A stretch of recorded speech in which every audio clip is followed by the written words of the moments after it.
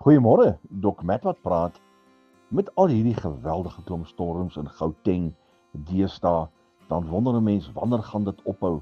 Maar ons is nie ondankbaar vir die reën nie. En toe ek nou wakker word, toe besef ek daar's 'n ou liedjie wat ons altyd gesing het. Till the storm passes over. Nou met al hierdie reën is daar mense wat bang geword het, bekommerd geword het. Hierdie geweldige weerlig wat so aanhoudend geslaan het. Keep me safe till the storm passes by. Hold me fast. Let me stand in the hollow of thy hand. So gaan die liedjie. Vader, hou my veilig till the storm passes by.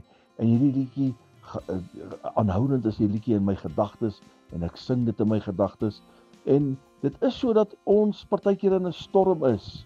Storms van finansiële druk, storms van gesondheid, storms van probleme by die werk, storms van probleme met ons kinders of ons familie, maar dan sit ons met hierdie probleme en dan sit 'n storm en dan kan ons net sê, Lord, keep me safe till the storm passes by.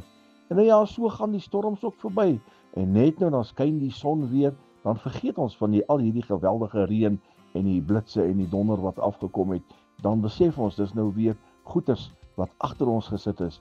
En so sal die Jesus jou deur elke storm vat. Hy sal jou deurdra deur elke donker tyd in jou lewe. Laat die blitse maar slaan, laat die blitse maar kom. Ek kan vir u verseker, he'll keep you safe in the hollow of his hand. Jesus, my koning.